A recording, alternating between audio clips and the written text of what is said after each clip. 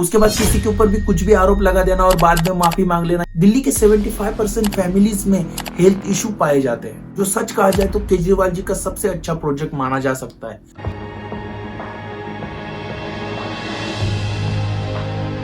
दिल्ली में इसी साल विधानसभा का इलेक्शन होने वाला है और देखा जाए तो इस बार दिल्ली का मूड कुछ और ही नजर आ रहा है। अभी कल शुक्रवार 3 जनवरी के दिन मोदी जी दिल्ली आए थे और उन्होंने अशोक विहार स्थित स्वाभिमान अपार्टमेंट में झुग्गी झोपड़ी परियोजना के तहत लाभार्थियों को फ्लैटों की चाबियां सौंपी। इसी वक्त उन्होंने अपने भाषण में केजरीवाल जी को लेकर बहुत कुछ कहा। ये आपदा दिल्ली पर आई है और साथ में केजरीवाल सरकार पर यह आरोप करना कि उन्होंने केंद्र की कई सारी योजनाओं का फायदा दिल्ली की जनता को नहीं लेने दिया। शिक्षा व्यवस्था के लिए केंद्र सरकार के प्रयास है। इसके तुरंत बाद केजरीवाल जी ने भी एक प्रेस कॉन्फ्रेंस की और मोदी जी के कई सारे सवालों के जवाब उसमें दिए। आपदा दिल्ली में नहीं आई, आपदा भाजपा में आई हुई है। अब तो हुई है कल की बात, लेकिन क्या पिछले 10 सालों में केजरीवाल जी ने ऐसे कुछ काम किए हैं जिसको देखकर दिल्ली की जनता उन्हें फिर से सत्ता सौंपने के लिए तैयार होंगी?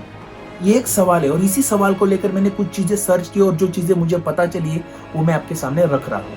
पहले ही कह दूं कि मैं किसी भी पार्टी को अपनी फेवरेट पार्टी नहीं मानता, मैं सब पार्टियों का आदमी हूँ भाई। तो शुरू करते हैं। दिल्ली में 70 विधानसभा की सीटें है, जिसमें से 58 सीट आम आदमी पार्टी के पास है, 7 सीटों पर बीजेपी है और 5 सीट ऐसी है जो कि खाली है। और आपको पता होगा कि आतिशी मार लेना दिल्ली की सीएम है, जो पिछले साल सितंबर में बनी थी जब केजरीवाल जी ने लीकर घोटाले के बाद अपना इस्तीफा दिया था। ये सब चीजें हम जानते हैं, लेकिन अब जानेंगे दिल्ली की असली हालात। सबसे पहले बात करेंगे दिल्ली की हवा, जिसकी AQI मतलब एयर क्वालिटी इंडेक्स जो दुनिया में सबसे ज्यादा है और सबसे ज्यादा माने सबसे खराब हवा है दिल्ली की।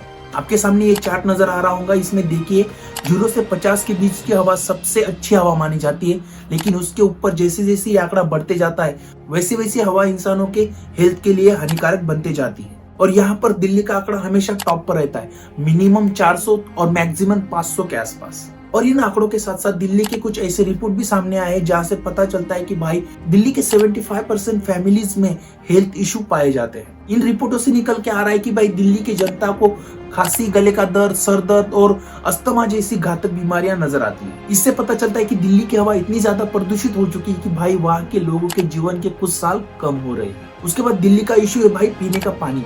यमुना नदी का पानी जो खासकर सर्दियों और गर्मियों में बिल्कुल भी पीने लायक नहीं बचता, और वो क्यों मैं आगे बताऊंगा। लेकिन उससे पहले मैं अपना खुद का एक उदाहरण देना चाहूंगा भाई। पिछले साल मैं आगरा गया था और कहते कि आगरा में भी यमुना नदी का पानी पीने के लिए आता है, और वो पानी पीने के बाद भाई मैं सच में बीमार हो गया था। वैसे मुझे नहीं पता कि यमुना नदी का ही पानी पीने के लिए आगरा में यूज होता है, बट आगरा का पानी भी भाई खराब है।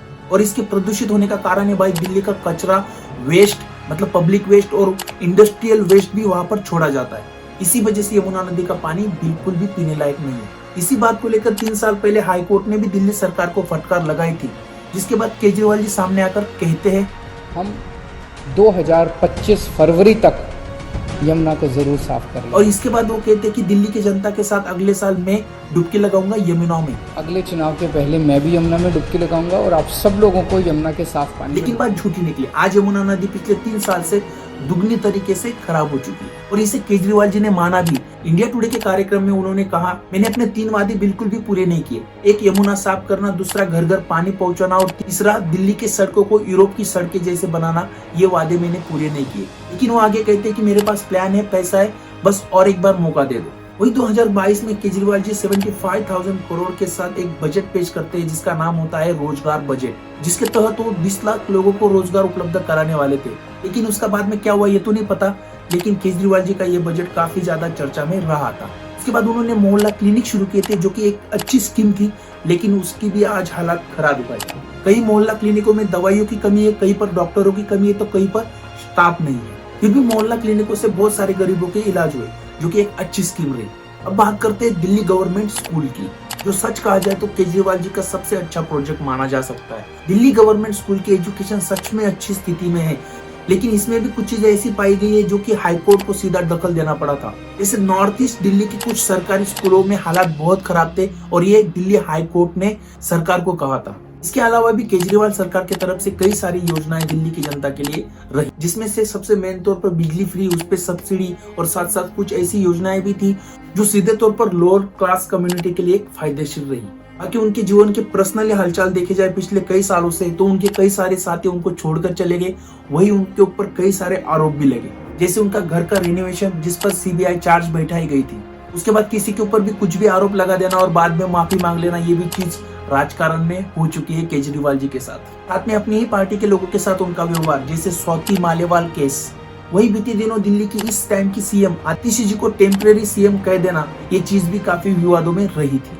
सबसे बड़ी बात जिसके वजह से उनका सीएम पद चले गया वो है भाई लीकर स्कैम, जिस पर कोर्ट में केस चल रहा है और वो आज जमानत पर बाहर है। ये सारी चीजें देखी जाए तो भाई दिल्ली में फिर से एक बार झाड़ू लगना थोड़ा मुश्किल ही नजर आता है। बाकी दिल्ली की जनता क्या सोचती है, ये दिल्ली की जनता का दिल ही जाने। वैसे दिल्ली की जनता को लुभाने के लिए उन्होंने 2-3 स्कीम और लॉन्च की, जिस पर बीजेपी की तरफ से ऑब्जेक्शन भी आ गया था। एक थी संजीवनी योजना, जिसमें 60 साल के ऊपर के बुजुर्गों के लिए फ्री में इलाज कराने की बात थी, और दूसरी थी महिलाओं के लिए भाई 2500 रुपए महीना देने की। लेकिन जब इन स्कीमों के लिए वो रजिस्ट्रेशन कर रहे थे तो बीजेपी ने ऑब्जेक्शन ले लिया और फिर ये मैटर वही स्टॉप हो गया। बाकी और भी चीजें होंगी, जब तक कि इलेक्शन शुरू नहीं हो जाता या फिर जब तक डेट अनाउंसमेंट नहीं होती तब तक बहुत सारी चीजें होती हुई नजर आएंगी, जिसको मैं अपडेट करते रहूंगा। बाकी आज के लिए इतना ही। वीडियो अच्छा लगा तो लाइक कर देना भाई, एक कमेंट करना, और कमेंट करना कि दिल्ली में किसकी सरकार बन सकती है, कमेंट जरूर करना। बाकी वीडियो अच्छा लगा तो लाइक एंड सब्सक्राइब कर लो भाई। तो मिलते हैं अगले वीडियो में, तब तक के लिए जय हिंद।